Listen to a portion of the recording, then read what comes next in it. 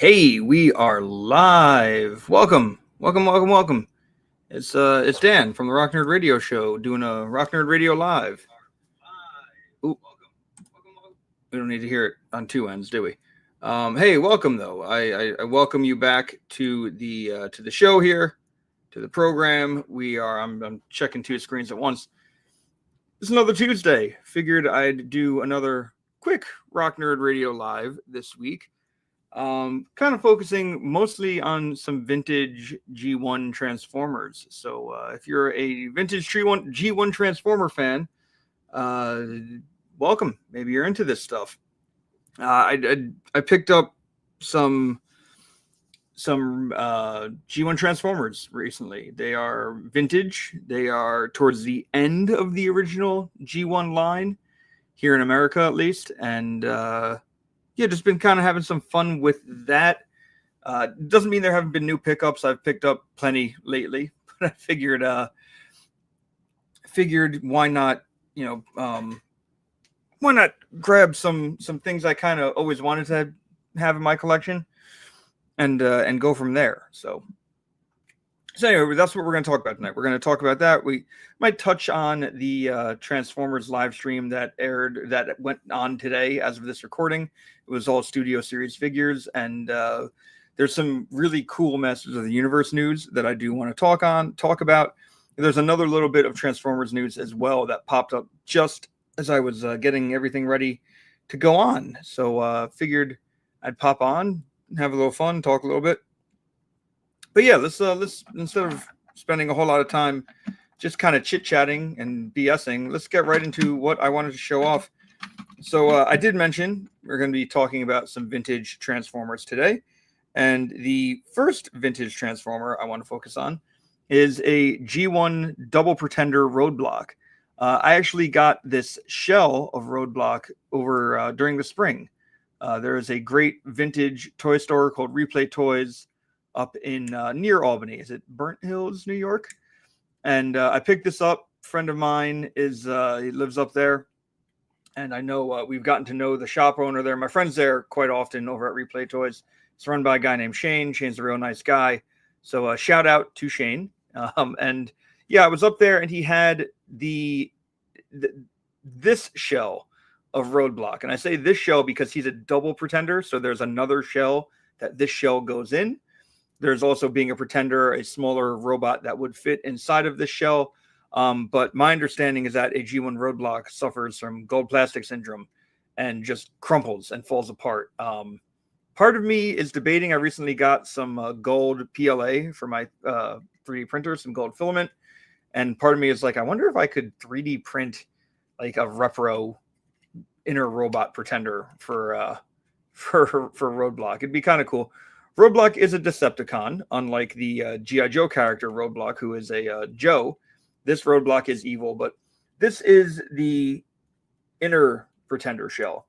I did pick up the outer Pretender shell last week, and it arrived pretty quick. So from eBay, so I'll be showing all that off. But just to show you, like the cool thing about this Pretender shell is that it does transform. It's not complete. I'll be the first to admit. There is like a blue visor that's supposed to go down over the face that is missing.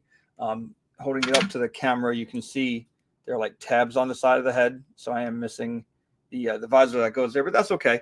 In order to transform this thing, I believe it is so the arms do rotate. So I can rotate the arms. Actually, I believe they go, because this is going to be the way the vehicle goes. So I rotate the arms like that, fold out the wing, rotate the arms here. There's a fin on the back of the head that goes up. And then regarding the feet, I'm going to flip the toes up and just kind of position the feet on the side. And it makes for a decent little jet.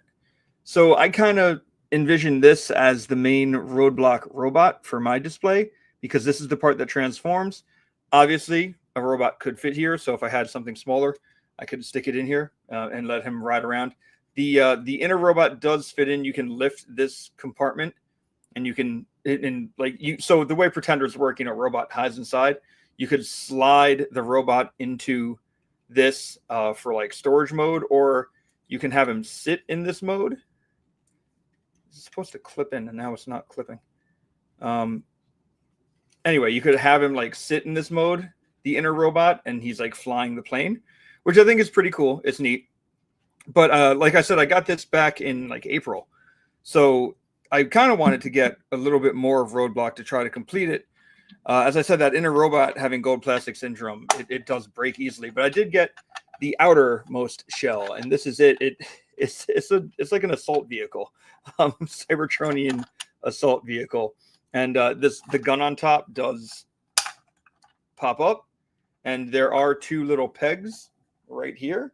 So I believe the original robot could stand on top of this and act as a driver for this, which is interesting. It almost makes me want to maybe get a couple smaller Pretenders. This is later era Pretenders. This isn't even like first wave Pretenders, but get some more like small Pretenders so I could have one riding inside of the shell for Roadblock and one riding on the car for Roadblock. I don't know what to say it, but all this stuff does combine because I can open up the car, and it just opens up like this.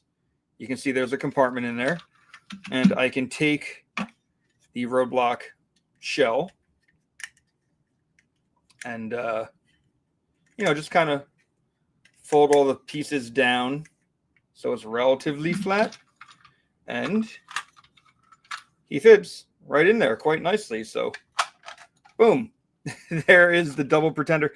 The double Pretenders were such a weird concept to me because it's a Pretender in a shell. There's like double vehicles involved, and the innermost robot also has like a vehicle mode, so it's like triple vehicles involved in this thing.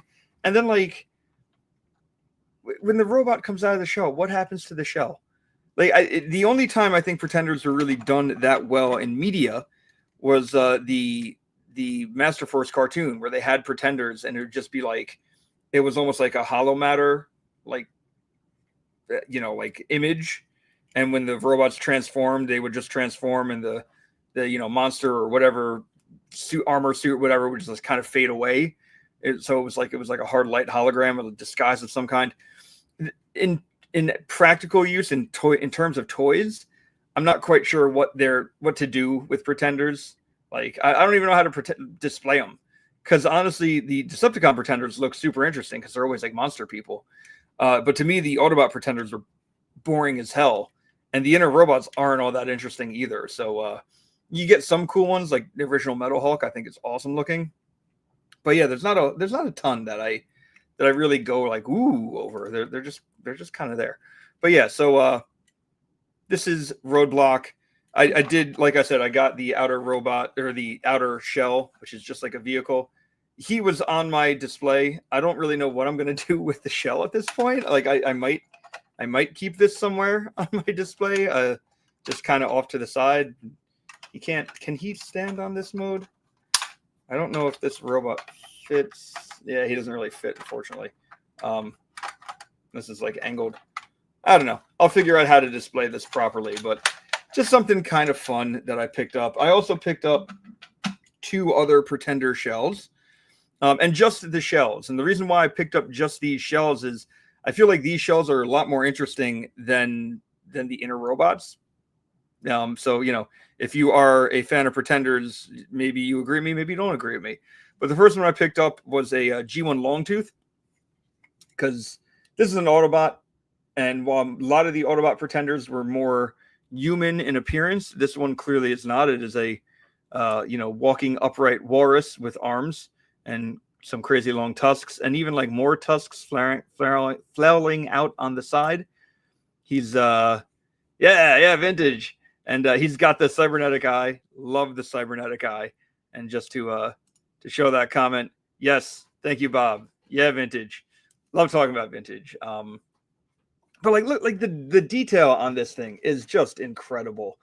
Like he's got, like, that face looks awesome. It's almost hard to believe that he is an Autobot, because this almost looks like more of a Decepticon Pretender shell. Like, it's even got that really cool skull on the belt. Like, this is from the same time that like Bludgeon came out, and a G1 Pretender Bludgeon is kind of one of my grails at this point. That is an expensive figure. If I were to get a G1 bludgeon, I would want it complete. I would want that inner robot as well as the Pretender shell, which is like the coolest Pretender shell they've ever done. Let's be honest. But yeah, this looks really cool, and even the back has some nice detail. I believe part of the inner robot like can go on the back here. It acts as like a backpack. And in case you don't know how Pretenders work, at least the non-double kind, the you just pull open the two halves. So this is a little stuck now, and it's making me a little worried. There we go. Yeah, so you just kind of pull it open, and this would be where the robot would hide. You just put it in. And yeah, Longtooth's Pretender, like I said, I just got the shell. His Pretender robot is like a speed buggy boat thing. Not the most interesting thing. Like that's the thing. A lot of the Pretenders, robot modes, were a little compromised because they had to fit inside of these shells. So they turn into like vaguely vehicle things, you know? But yeah, so I really like Longtooth. I think this is a cool one. Just again to have the shell, and I really liked. I think IDW it was definitely IDW did like a robot mode of Longtooth on Cybertron, where he was like a reporter, and this was his like camera lens that he would film things with. I would take a hybrid robot walrus update of Longtooth. I think that'd be really cool. You know, kind of what they did with Skullgrin in the what was it, Legacy United line. Yeah, man, these things. This thing is awesome.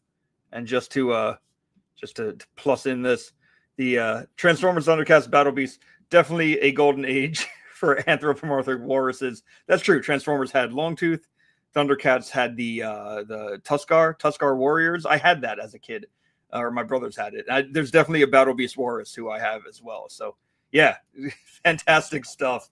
I love I love this. This just looks so cool. So there we go. Yeah. So that was my second vintage Transformer pickup. So yeah, so like I said, we have Longtooth, Walrus Pretender Man. I was talking about Roadblock, just to review in case you weren't here. Got Roadblock, got him back in the spring, but I got the vehicle that carries him around. Half debating, like I said, either tracking down the inner robot for Roadblock or 3D printing it, because the original one has gold plastic and deteriorates, and I feel like I could make a reproduction one easily enough using 3D printing technology, and not trying to pass it off, of course, as like the original one. Obviously, this is a repro. It would be a repro. I would just kind of need the measurements. I wonder if there's anybody out there who could provide me with the actual measurements of how it looks. Like I can kind of base a little bit off Roadblock, this shell, because it has to fit inside of this compartment, inside of this cavern here. So I would have, like, his legs, I'd have to figure out how deep that goes, probably stick a tape measure down there, and how the body would sit just so or whatever. So it probably wouldn't be the hardest thing to figure out. And actually, now that I'm holding him, there is a screw here that looks super duper loose. I'm wondering, yeah, that screw is loose. I think I have a little screwdriver right here. Nothing like fixing toys while I'm on air. This might not be the right screw. Oh, that looks like, I don't know. Can I get this in? I might need a different size screwdriver. That screw also looks a little stripped. You can see it right there, right by my finger. That's okay. I'm not moving him around too much. He is pretty much standing on my shelf, so I think he'll be okay. I don't think anything bad is going to happen to this. But some G1 Transformers crumble. Hopefully not the shell of Roadblock, because that would kind of suck. But yeah, I still can't get over the double Pretender thing. It's such a weird concept. It's like a Russian nesting doll. You have one inside of another, inside of another, inside of another. Okay. But anyway, that brings me to my last vintage Transformer pickup. This was one that I've wanted for quite a while, and I've seen it at a couple toy shows. It's never been complete. There's always something missing, and I just decided, screw it. I really, again, just want the Pretender shell. Didn't want the full, didn't necessarily need the robot it comes with. And it is a G1 Octopunch. Same wave as Bludgeon of Pretenders. Crazy scuba diver octopus man. anthropomorphic octopus man. Like this thing is awesome looking. It's got that sweet diver helmet, and because it's kind of hunched over, it gives like a horror element of like what this face is. And if you tilt it up, you can kind of see the face, but the helmet does come off. So now you can see that octopus monster face. So cool, asymmetrical too. I like that. Like it almost looks like it's like slimy and gooey, and I like there's like a metal plate on it. I just punched my microphone. There's like a metal plate on his head here, so you can kind of see that detail. Like that just looks so cool. And again, Octopunch, just like all the other pretenders, you can split them right in half. Inner robot would go in here, and the inner robot I think turns into some type of crab monster as well. It's like a robot who turns into a crab, and these little holes on his backpack, like the extra crab legs, would store on there. So yeah, for a while I was kind of telling myself, oh, I'd like to have a fully complete Octopunch robot and all, but then I realized I'm just going to display this. I wouldn't display the tiny inner crab robot because this is a visually strikingly awesome thing. So yeah, I'm very happy with this. Really happy with this one. Such a cool pickup, and probably one of my favorite things I've picked up this year in terms of vintage or really just anything. Kind of nice to scratch that off my list of things I wanted as well, because like I said, I wanted this for some time, so I'm glad I got to get it. Pretty cool, pretty neat. And yeah, just to look at that detail. There's like a skull on his belt too. I feel like a lot of pretenders had the skull on their belts. I don't know if that was supposed to be like an unofficial pretender symbol, because like he has it too. Like looking at both of them, they both have skulls on their belts. Are they both on camera? Yeah, and they're both very similar. So there we go. I know there's something in the new 28 Years Later movie with skulls. Maybe they were predating all that. I intend to see that movie, by the way. I hear it's fantastic. At least one person told me it's fantastic. So I really do want to see 28 Years Later. Really looking forward to that. Those are my cats in the background. They're fighting. But yeah. So yeah, just some neat pickups I have. This kind of sparked me looking at other Transformer pretenders and just trying to pick out some cool shells and try to pick some up. The unfortunate thing is there aren't really any other shells from the pretenders I want. That's just all it is. There aren't that many shells I think are all that interesting in terms of the pretenders. Some of the later wave Decepticon ones are cool. Like I said, Bludgeon, one that I definitely want to get my hands on. Would love to get my hands on Bludgeon. And there's also the Decepticon, his name's Strangehold, who's just kind of like a warrior dude. He's kind of interesting. I don't know how necessary he is on my shelf, but yeah. So yeah, that's just kind of where I'm at with these. I like pretenders; they're fun. I'll leave these guys on my shelf. Excuse me, but let's. I'm gonna share my screen because I definitely want to talk about some stuff that popped up this that popped up recently. So let me just can I show? Okay, and so now I'm going to present on this one. I'm still learning how to use StreamYard, so I do apologize that I'm moving a little slow with it. But let's show. There we go. Did it show it? Is it not showing it? Doesn't look like it's showing it. How come it's not showing it? StreamYard. Oh, there we go. I have to add this to this. There we go. I figured it out. Okay. So here we go. We are going to talk about the Masters of the Universe Horde Fright Zone. This thing is going to launch on July 1st. I am very, very excited for this one. $92, bit of an odd price because it's between $90 and $95. Normally, like the two prices you would expect to see stuff.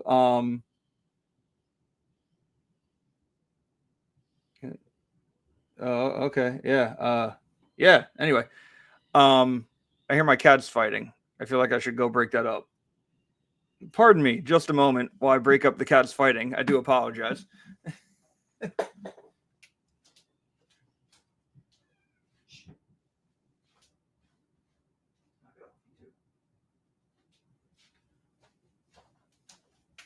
Okay, sorry about that. Uh, so yeah, the what was I saying? Masters of the Universe Fright Zone playset coming July 1st to the Mattel Creation site. I'm a big Horde fan. Talked about that before. Talked about my love of the Horde from Masters of the Universe. This thing looks awesome. And the $92 price, I was expecting this to be closer to 200. I'm not gonna lie. So this seems like a great deal to me. I guess the Fright Zone doesn't have as much packed into it as like Castle Grayskull or Snake Mountain, but this looks like a really cool set. You know, one of the things, just to kind of look at each bit of picture here. I don't love that I can't like zoom in. Is there a way to just like get every picture full screened? Maybe not. No, we'll look at these pictures for a moment. So, you know, just looking at these, like you can tell from like these three kind of pictures here that this is like a reversible playset. It looks like you keep the floor piece and then you kind of flip. You can flip the outside to, you know, to be whatever you want it to be. I think that's pretty cool. You also have a throne up here, which I guess some people were questioning if the throne is small, if it's going to be able to fit a figure. I doubt the Mattel people would make a throne that can't comfortably seat Hordak or anyone for that matter. That seems like it would be an odd choice. So maybe that means that this tree is really big because the throne is on the opposite side of the tree. But yeah, this looks really cool. Like I said, comes out or starts ordering on July 1st. There's going to be a bit of an ordering window to it for the what was it called? Club Grayskull people. And then it will go up for everybody else. I'm excited for it. My only wonder is if it's going to ship right away, because I'm actually going on vacation like the day after it launches. So it's like, oh, okay, this thing could launch and then hopefully it doesn't get melted while out on my doorstep or something. So we'll see what happens.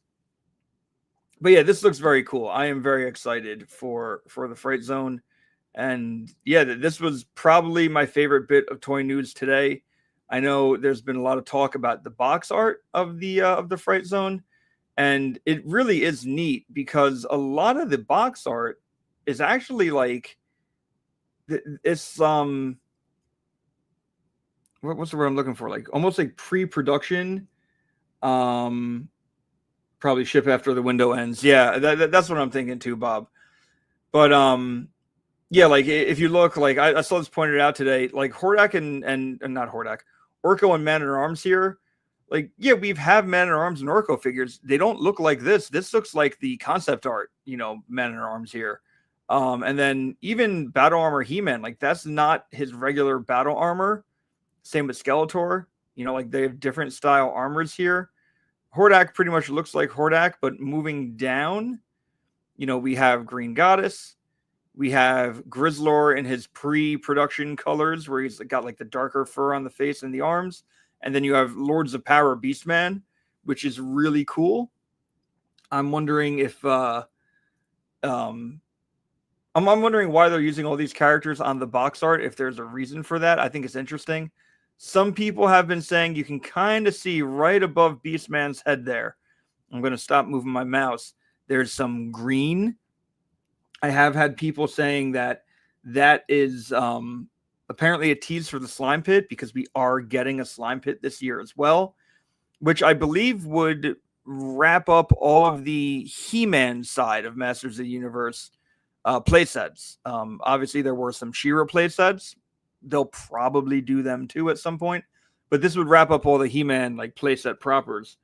So yeah, that little green there right above Beastman, that is apparently the tease for the slime pit. We'll see what happens. So there we go. The other thing I wanted to talk about today, right before I popped online, let's see if I can do this again. Let's see. How did I do this last time? Where was it? Present. We're gonna share my screen. There we go. Share that. Am I doing it? No, it didn't work. Hang on. Oh, because I have to hit add to stage every time. Okay, there we go. So the other thing worth mentioning is that the good people over on TFW 2005, my kind of go-to site for Transformer news, is saying that there might be a G.I. Joe Transformers cartoon series coming based on what is currently going on in the Energon universe. It seems to be that some of this news will come out at San Diego Comic-Con. We are getting closer and closer to San Diego Comic-Con. So hopefully we get that news if this is real, since it seems like the G.I. Joe Transformers movie is never going to happen. It would certainly seem like it would be cool to get at least a cartoon for that. I think that would be really cool. And the Skybound Universe stuff, if you're not reading it and you're a comic fan, go read it. Like, it has just been awesome. We got a really cool thing going on in G.I. Joe right now. I don't want to spoil too much if you haven't read, but yeah, man, I'm so excited for that. So excited to see where that goes. And then the other thing that I wanted to talk about, of course, today was the big Transformers Studio Series live stream that happened. I say big. We got basically a wave of figures announced, and I think these were all figures that we knew were coming. I don't think there were too many surprises here. I'm going to scroll down a little bit just to like all the production pictures. But they did kind of start things off by showing that Hearts of Steel Optimus Prime Starscream 2-pack. And they mentioned that the Bumblebee Megatron 2-pack will be available, I think, first starting at Comic-Con, although it's not the Transformers Comic-Con exclusive. That would be the Void Rivals set that has Jetfire and the characters from Void Rivals. Don't know 100% if I'm buying that just because I already have that Jetfire. This is just a slightly different painted Jetfire. It would be cool to have the two guys from Void Rivals. I don't know how necessary that would be for my display. I'll see what happens. You know, like, I kind of feel like, if they start doing Energon Universe, like dedicated Transformers and even G.I. Joes, like, I'll probably want to have that set. So I should get it before it gets like stupid expensive, but we'll see. The other thing they talked about while I'm showing this Bumblebee and Megatron here is that they did say that, I guess this is the, alternate universe capsule for the year, this Hearts of Steel. Apparently there's going to be another type of alternate universe capsule with another 2-pack of Megatron and Bumblebee and another 2-pack of Optimus Prime and Starscream. However, they're not saying what that universe is, what that's going to be. I'm trying to think what other alternate like Transformers universes there are that they could pull from. And I'm not coming up with much. I don't know what next year's, capsule could be for that. So we'll see what happens. It's a nice guessing game we get to play for next year. But then, of course, the big news. Yes, they finally officially revealed Studio Series 86 Megatron. Phenomenal looking figure. Comes with his beam saber that he used to wound Optimus Prime. Of course, comes with his fusion cannon. And there is a little Megatron gun accessory. So while he might not transform into his gun, that accessory is there. A lot of empty space in that box. I got to be honest. I guess the parts count transformation is how they're justifying the leader class price point. But yeah, I feel like there's a lot of empty space in that box. But I throw my boxes out, so it's not like I'm going to sit there and display it and be all mad about it. But already ordered him. When they did the full 360 spin around of the figure, the only time you can tell that this thing turns into a tank is on the very back of his legs, like right here where my mouse is. You can see some tank treads. So That's really that's really the only time you could tell he turns into a tank. Otherwise, you look at this thing, you would swear he would turn into his gun mode. Also, real quick, just to mention it, re-releasing the Studio Series 86 Grimlock.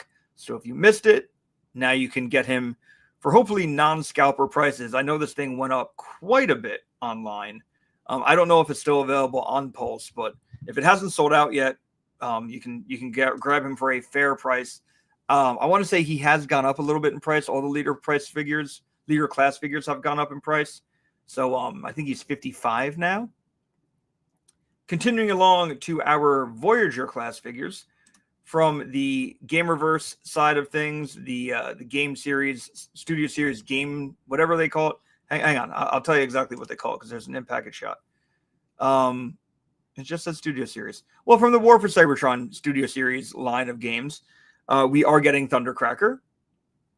I got Starscream for cheap from someone on Facebook, and then I found Skywarp on sale. So I was like, I guess I have to get Thundercracker now. So I did pre-order Thundercracker. Part of me is sad that I'm paying full price on him, but at the same time, I got the other ones for a deal, so I'm okay with that. But yeah, so I'll round out that Seeker trio. That's like a brain rot that I have. If I start with one Seeker, I got to get all three Seekers if they start making them. The other Voyager they showed was Mixmaster, my favorite Constructicon. Almost completing Devastator now. The other limb for Devastator was shown off and available for pre-order as of today as well. They did show off Devastator during the live stream. He looks phenomenal, in my opinion. I'll be the first to admit he's got a little bit of a backpack, but I really do like the overall look, and I really love how this Mixmaster looks. It just looks so good. And the reason why he's my favorite Constructicon, he was the only Constructicon I had as a kid. So I always liked Mixmaster because of that.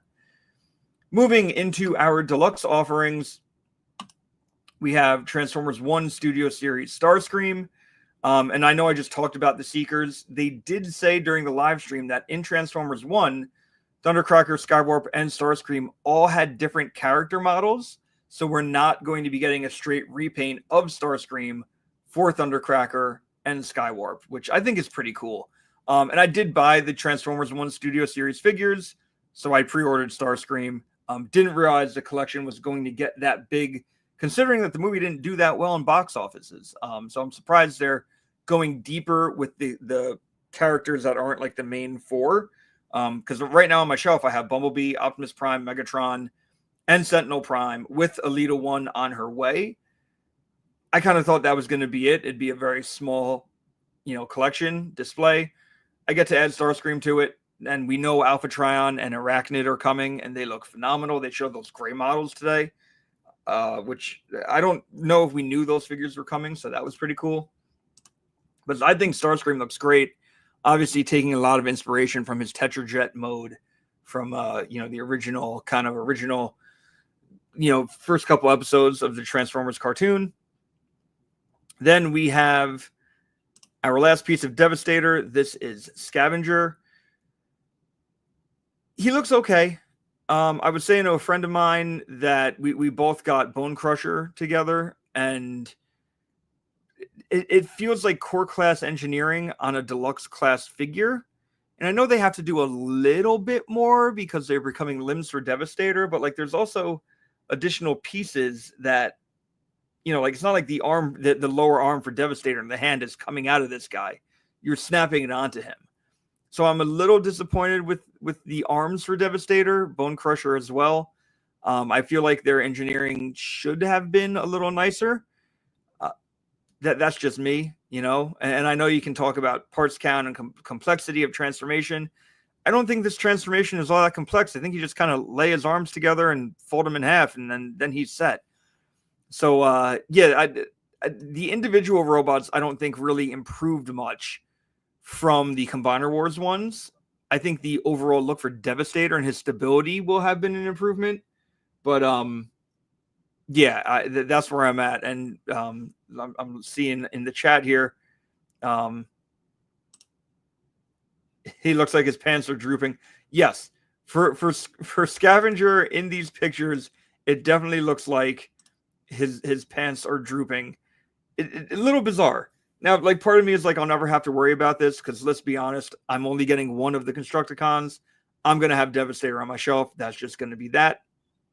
So that's the way it is. But for people who might be buying two, want to display them in robot mode, I really do feel like these robot modes aren't the greatest. So I'm just happy Devastator turned out well because I think that kind of would have sucked otherwise.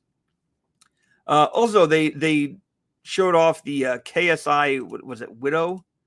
Yeah, the KSI Widow. I know I've seen people calling this Widowmaker. I believe this was a piece of concept art from Transformers Age of Extinction that they are now making into a figure. It's not the first time they've taken concept art and turned it into a toy. But, this is a thing that exists. I don't buy a lot of live action movie stuff. In fact, I don't think I buy any proper live action movie stuff. So I'm sitting this one out, but she looks pretty cool. Apparently the alt mode is a licensed vehicle that they did partner with the company for. So this is how the vehicle actually looks. It is fully licensed.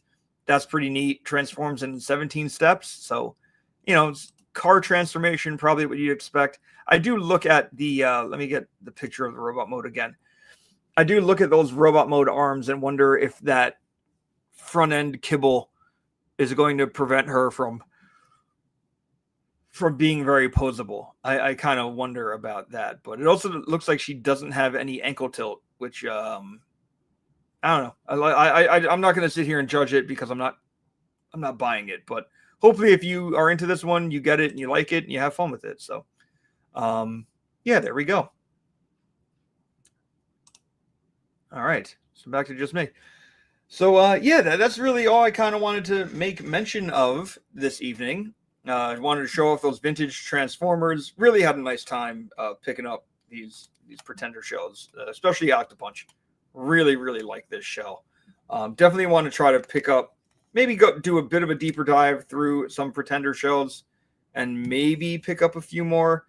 If some of the inner robots are more interesting, maybe I'll pick those up. But I definitely feel like in terms of talking about these Pretenders, you know what? Screw it. We're gonna go TF Wiki real quick. We're going to take a look at something real quick before we wrap up. Let's see. Let's go to. I'll share my screen so you can see it. There we go. All right. So let's just do for TF Wiki. By the way, fantastic. Just a fantastic Transformers database website. Lots of pictures, lots of information. So yeah, there's that. But if we scroll down to the toys, here we go. There were Pretender Beasts, Pretender Vehicles. There we go. So yeah, so I'm looking more at the 89 wave of Pretenders. Let's just open up a few tabs here. Actually, we'll go one at a time. So one is Doubleheader. Doubleheader, like you look at his Pretender shell and yes, I could see why he's called Doubleheader. He has two heads.